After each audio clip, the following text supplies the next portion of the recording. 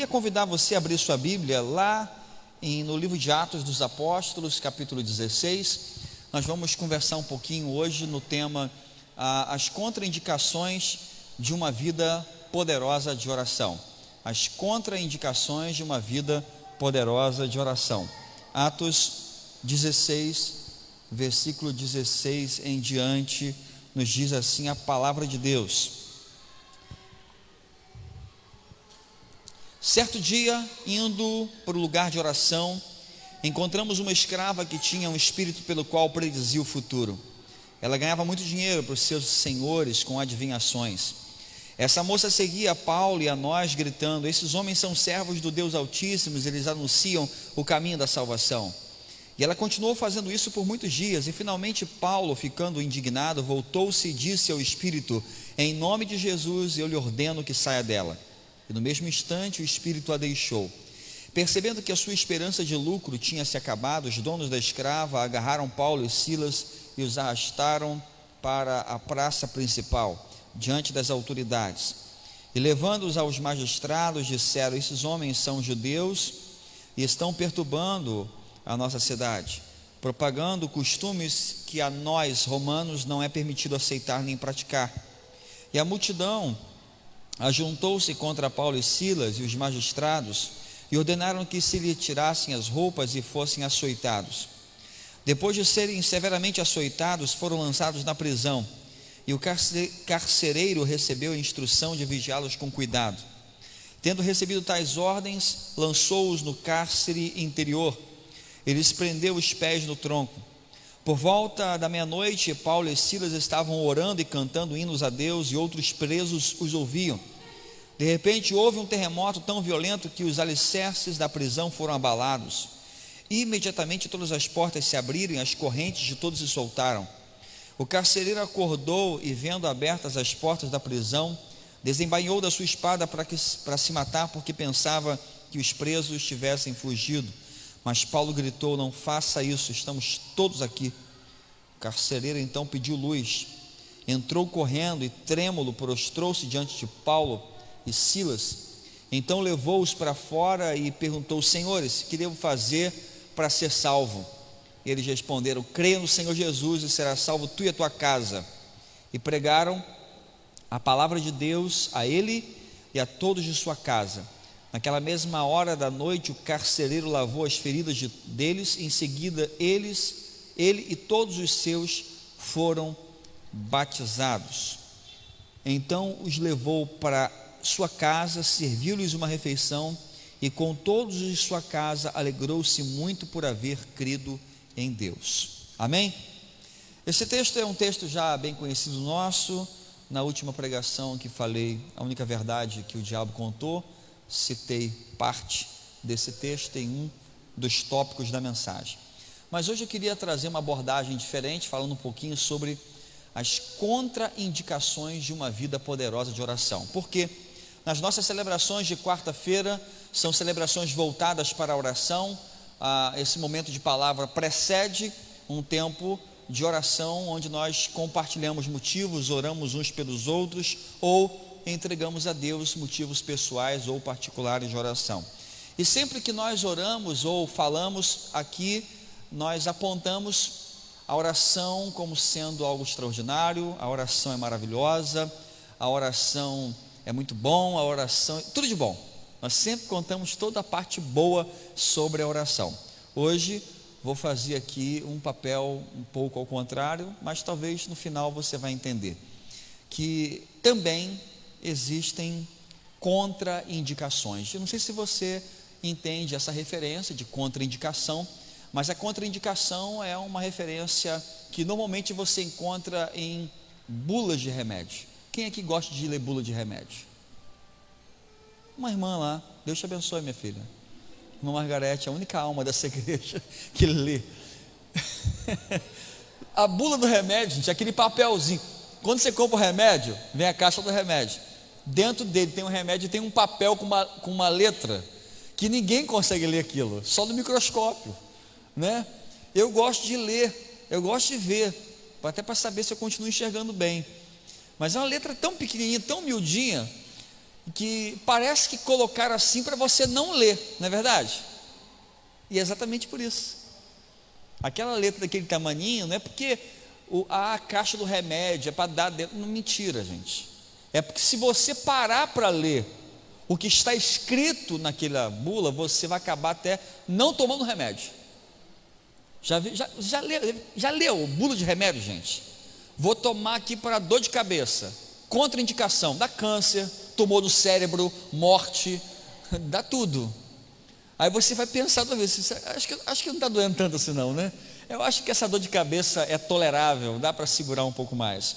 Mas uma vez eu tive a curiosidade assim, de ler, realmente eu fiquei surpreso em perceber que as contraindicações de uma medicação, elas podem, quer dizer que não é que vai acontecer, pode ter efeitos adversos que são terríveis, alguns até a morte.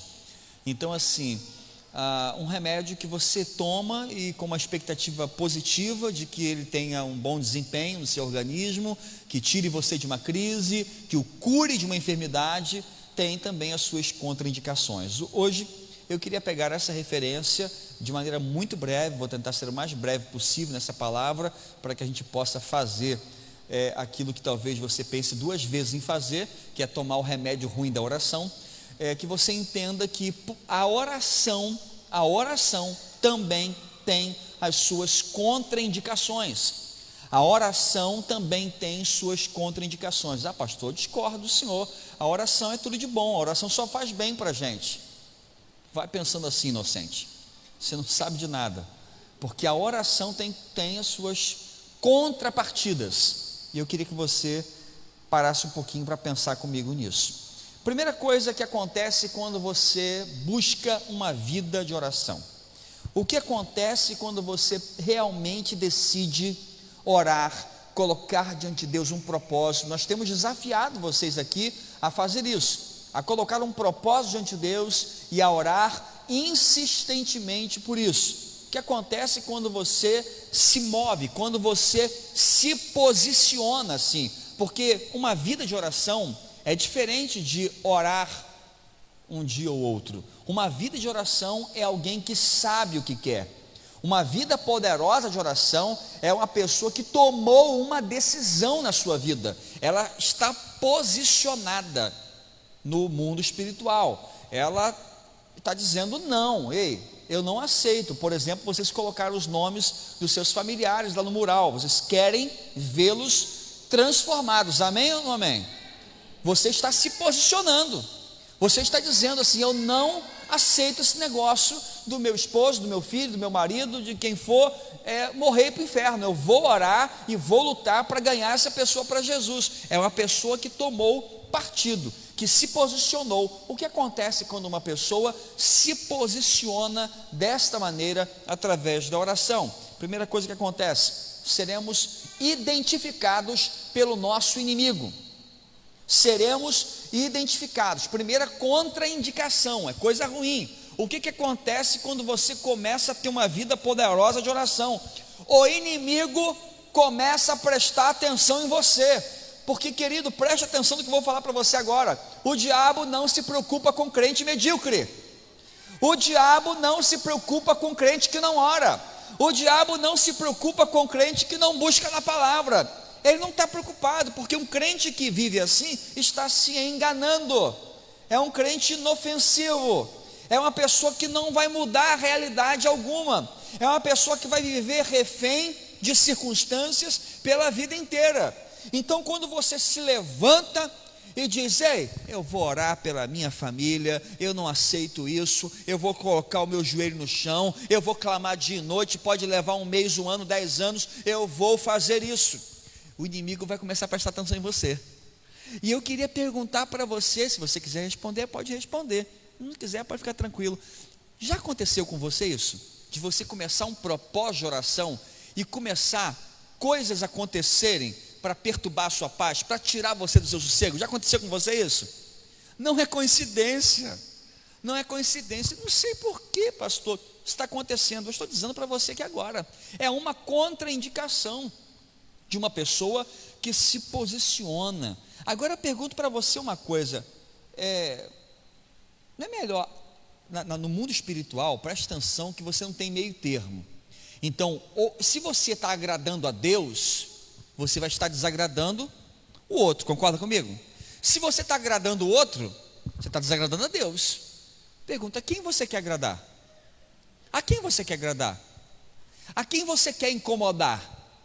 Então você precisa de fato se posicionar. O texto que nós lemos, Atos capítulo 16, mostra o apóstolo Paulo chegando a uma cidade. Ele começa a pregar, e logo uma mulher que estava possuída por um espírito de adivinhação identificou-os e começou a dizer: esses homens são servos do Deus Altíssimo, eles anunciam o caminho da salvação.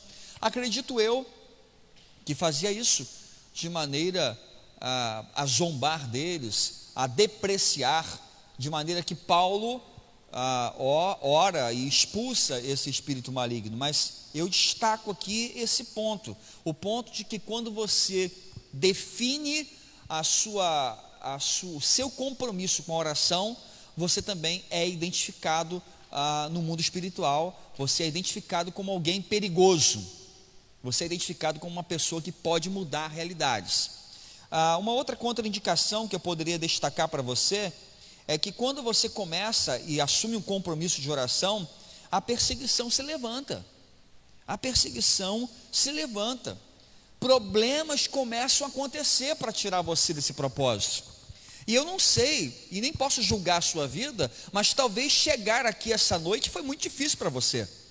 Talvez hoje chegar a esta casa para orar, para buscar, para colocar um motivo diante de Deus, tenha sido muito difícil para você, porque eu não sei as lutas que você tem enfrentado.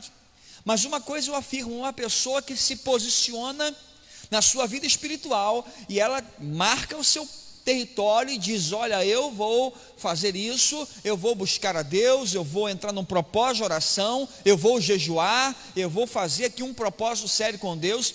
Tudo acontece para tirar você do propósito, tudo acontece para desmotivar você.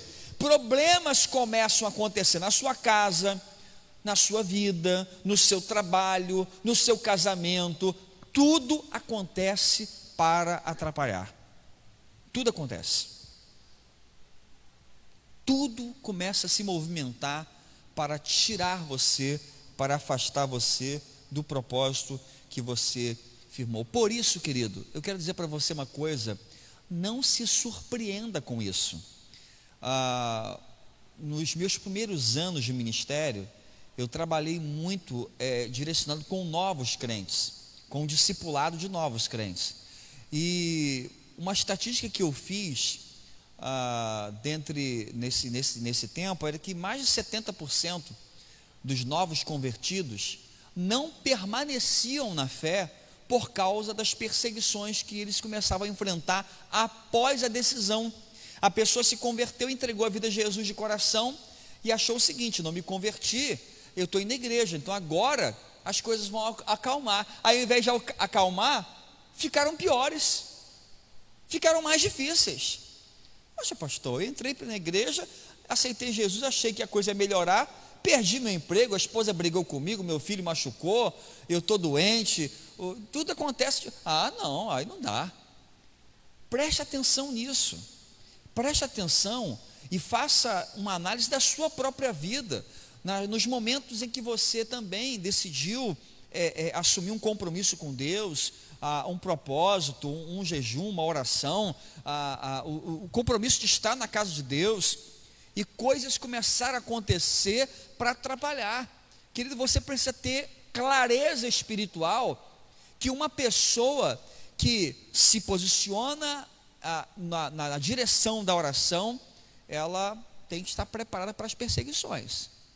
Ela precisa estar preparada. E eu vou perguntar para você que veio hoje para o culto de oração: você continua no propósito de orar hoje? Quem continua no propósito de orar hoje aí, depois dessas duas palavras aqui, amém? Que depois tem gente que vai falar assim: poxa, pastor, você está desmotivando, nem quero mais orar. Sendo assim, não vou nem orar mais, porque é melhor ficar quietinho no meu canto, o diabo não me incomodar. Irmão, as trevas estremecem, amém? São as trevas que não vão resistir, e você precisa avançar. Só que você precisa entender, tem um inimigo na sua frente. E ele é opositor a tudo aquilo que Deus quer fazer na sua vida. Terceiro, estaremos sob constante vigilância, contraindicação de uma pessoa que busca uma vida poderosa de oração.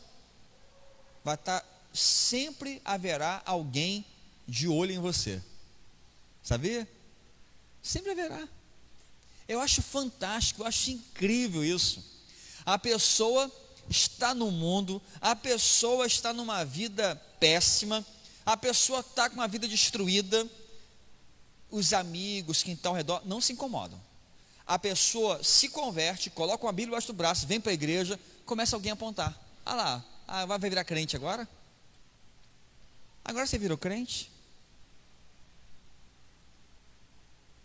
Já reparou isso? Você começa um propósito de oração, sempre haverá alguém do seu lado para pegá-lo em um ato falho. Mas você não é crente? Você não é crente? Você não é da igreja?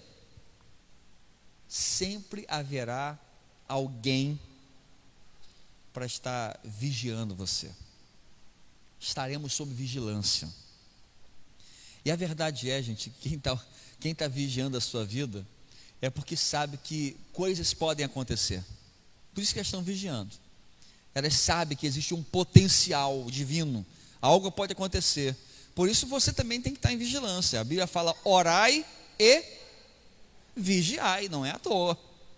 É porque você precisa estar vigiando mesmo. Então precisamos também estar alertas para isso.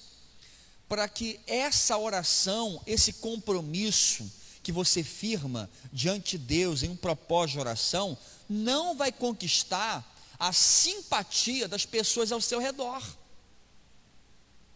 As pessoas vão criticar você por isso. As pessoas vão chamar você de fanático, de alienado. Não, você está muito alienado, agora tudo é oração. Desiste, pelo amor de Deus, isso aí já está vendo que não vai acontecer? Sempre haverá alguém para desmotivá-lo e você estará sempre sob vigilância. E a parte final desse texto, no versículo 24, fala que o apóstolo Paulo, ele incomodou tanto com aquela oração que expulsou o demônio da menina, que eles foram presos, foram levados ao cárcere. Diz o verso 24, foram levados para o cárcere e prendeu-lhes os pés no tronco. Limitar a sua movimentação. Uma contraindicação de quem tem uma vida poderosa de oração. O reino das trevas, Satanás, fará de tudo para limitar a sua movimentação. Ele vai tentar parar você. Ele vai tentar frear você. Ele vai tentar desacelerar você. Não, peraí. Esse negócio de vir quarta-feira, domingo, está ficando muito. Não, a gasolina está 7,30. Não é isso? Aumentou, não dá não. Olha só, vai devagar, não precisa também tanto, né? Ele vai tentar parar você. Não, eu vou ser um voluntário lá no bairro da 15 de novembro, eu vou lá, né, virar um balde de massa lá, eu vou trabalhar, eu vou fazer alguma coisa. Não vai não, é melhor você não ir. Não entra nessa não, porque você está fazendo muito já. E vão tentar parar você. Ele vai tentar desanimar você. Ele vai tentar desacelerar você. Tudo será feito para limitar a movimentação de um crente que decide buscar uma vida poderosa de oração. Mas, querido, isso não deve ser desestímulo para você, porque eu gostaria que você entendesse da seguinte maneira: poxa, pastor, eu estou orando, eu fiz um propósito com Deus e agora está tudo complicando na minha vida. O que isso significa? Significa que você está no caminho certo. Significa que você está fazendo exatamente a coisa correta.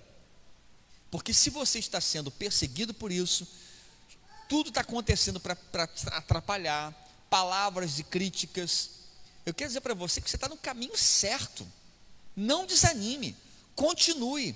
Porque me parece que antes de chegarmos à nossa vitória, antes de chegarmos ao lugar que Deus tem para nós, precisamos passar por essas ondas de tribulação. Precisamos passar por essas crises. Então persevere, porque a grande maioria das pessoas não consegue ultrapassar esse primeiro momento. onde o inimigo vem para tentar desanimar, para tentar frustrar. E veja que Paulo e Silas estavam ali em Filipos fazendo a obra, pregando a palavra, anunciando o reino de Deus. Ou seja, estavam lá fazendo aquilo que Deus mandou lhes fazer.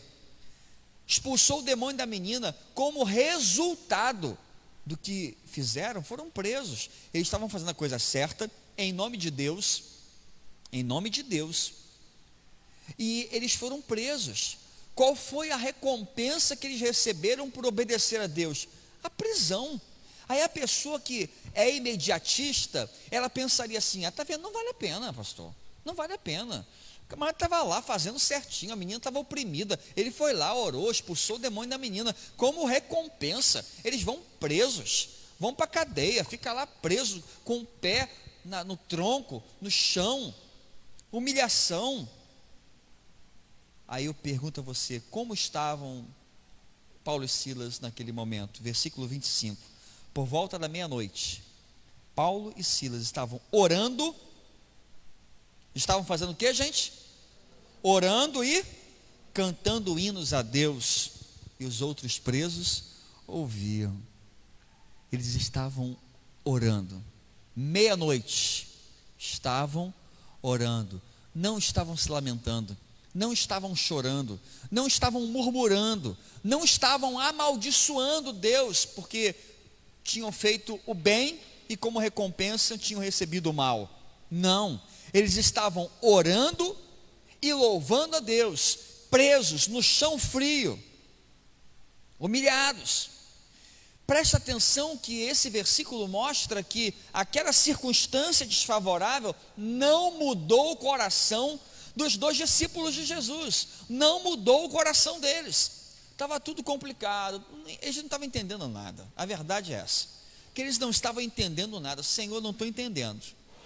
Eu fiz o que o Senhor mandou fazer, mas estamos aqui adorando o teu nome. Muito obrigado, Senhor. Querido, nem sempre você vai entender o porquê você está vivendo o que você está vivendo hoje. Nem sempre você vai olhar ao redor e vai falar assim: Senhor, eu entendo tudo. Não, às vezes você não vai entender. Mas mesmo não entendendo, não deixe de orar, não deixe de adorar a Deus, porque Deus tem um propósito para tudo que Ele faz, amém? E Deus tinha um propósito para pegar Paulo e Silas e colocar naquela prisão. Diz o texto que aquele carcereiro e a sua família foram alcançados. Uma família foi alcançada pela palavra de Deus. Esses presos aqui, todos eles ouviram a palavra, de tal maneira que houve um terremoto, mas nenhum deles fugiu, permaneceram. O culto na prisão estava tão bom, que os presos foram soltos, mas não saíram. Vamos ficar presos, está melhor aqui. Para aqui, para fora, vamos ficar aqui dentro, aqui está bom. Veja o que Deus faz. Deus tem um propósito, meu irmão, minha irmã, para a sua aflição. Deus tem um propósito, porque Ele permitiu que você passe pelo que você está passando agora. E mais aqui à frente, mais um pouco, você verá o que Deus há de fazer. Se nós perseverarmos em oração, Deus promove quebrantamento. Versículo 26 diz que eles estavam orando, cantando a Deus. Então houve um terremoto naquela prisão. Houve um terremoto tão forte que os alicerces foram abalados, todas as portas se abriram, todas as cadeias se soltaram. Irmãos, quando nós insistimos na oração, no jejum, no compromisso com Deus, as cadeias se quebrarão em nome de Jesus. Você sabe que existem pessoas que estão lá naquele quadro, pessoas que estão lá com seus nomes escritos, que só não estão aqui porque estão amarradas, estão presas a vícios, a comportamentos, estão presas a traumas do seu passado. Quando você insiste em um compromisso com Deus de oração, as cadeias se soltam em nome de Jesus. As pessoas se libertam, irmãos. As pessoas se libertam. Ah, pastor, mas como assim? Olha, eu não sei, mas Ele faz algo extraordinário. Ele move céu e terra, assim como aconteceu naquela prisão, que um terremoto repentino veio e abalou as estruturas. Deus vai abalar as estruturas mais fortes. Deus vai abalar as estruturas e os corações endurecidos, e as portas vão se abrir, amém? Você acredita nisso? Então insista na oração. Eu sei que tem efeito colateral, eu sei que tem contraindicação, mas insista em orar, não desista da sua oração. Quando nós insistimos na oração, Deus promove um despertamento. Diz a palavra que o carcereiro acordou, e vendo as portas da cadeia abertas, ele desembainhou da sua espada para se matar, pensando que os presos haviam fugido. Mas Paulo gritou: não faça isso, estamos todos aqui. Ninguém fugiu. Quando nós insistimos na oração, Deus promove despertamentos. O carcereiro que dormia acordou. Pessoas que estão dormentes vão acordar. Pessoas que estão paralisadas vão acordar. Pessoas que estão estagnadas na sua vida espiritual vão despertar. Quem sabe a sua família hoje esteja assim. Quem sabe dentro da sua casa tem alguém assim, que conhece o Evangelho, alguém que já caminhou dentro da igreja e hoje está frio, hoje está paralisado. Deus vai promover despertamento na sua casa. Quando nós insistimos na oração, Deus promove esclarecimento. Diz a palavra que esse carcereiro que acordou, a primeira coisa que ele pediu, luz. O carcereiro pediu luz, e entrou correndo e trêmulo e prostrou-se diante de Paulo e Silas. Deus promove clareza de pensamentos. Eu tenho dito isso aqui, gente, que nós às vezes erramos por tentar convencer os nossos amigos e familiares que não conhecem Jesus. Nós queremos convencê-los, nós queremos ganhar no discurso, e nos esquecemos que quem faz essa obra é o Espírito Santo de Deus. Quando nós insistimos na oração, a ficha cai. Aquela pessoa que era resistente à palavra, e você falava, e ela nunca deu crédito, a ficha vai cair. Quando você insiste na oração, ela vai entender, a luz vai brilhar no seu coração, e a Bíblia vai se abrir para ela. Ela vai olhar e vai dizer: gente, bem que fulano sempre me falou, e eu não estava entendendo, mas agora eu entendo. Por isso você deve insistir na oração. Quando nós insistimos na oração, Deus promove salvação. Atente, que aquele carcereiro, possivelmente um soldado romano, ele entra na prisão, pede luz, e diz então a Paulo e Silas: senhores, o que eu preciso fazer para ser salvo? Olha só, quem estava preso era Paulo e Silas, mas é o carcereiro que entra perguntando: o que eu preciso fazer para ter a salvação? Meus irmãos, quando nós insistimos na oração, você nem vai precisar pregar. As pessoas vão perguntar para você: ei, como é que eu faço para aceitar esse Jesus que você tem? Como é que eu faço para estar aí nessa igreja? Como é que eu faço para ter esse Deus, essa certeza no meu coração também? Elas vão procurar por você. A Bíblia fala, lá no livro do profeta Zacarias, se não me falha a memória, que naquele dia 10 homens segurarão nas vestes de um judeu e dirão: leve-me à casa do teu Deus, porque nós queremos ouvir das maravilhas que ele tem feito. Naquele dia, as pessoas vão procurá-lo, as pessoas vão querer saber de você. Ei, fala para mim, me conta aí, como é que é? Como é que eu faço? Eu quero também servir, eu também quero buscar a Deus, me ajude nesse caminho. Quando nós decidimos e insistimos na oração, Deus promove restauração. Atos 16, 33, declara que naquela mesma hora da noite, meia-noite, o carcereiro lavou as feridas que ele mesmo havia feito. Agora ele se preocupa em curar, em restaurar. Quando nós insistimos na oração, em buscar a Deus, aquela pessoa que te ofendeu, ela vai te procurar para promover restauração, para tentar cicatrizar feridas, resolver conflitos. quando nós insistimos na oração, quando nós decidimos não abrir mão da prática da oração. E o texto termina no verso 34, dizendo: então levou-os para fora para a sua casa, e serviu-lhes uma refeição, e com todos os de sua casa alegrou-se por haver crido em Deus. Deus promove celebração, a alegria volta para a sua casa, quando você decide colocar a oração no lugar certo, quando você decide não desistir da oração. O carcereiro, que era o responsável pelas feridas que foram infringidas a Paulo e Silas, o carcereiro que era responsável por mantê-los presos no cárcere interior, agora ele promove celebração, abre a casa, faz refeição, chama para a intimidade. Querido, quando nós insistimos na oração, nós estamos, na verdade, dando a oportunidade para que Deus faça uma nova história na nossa vida.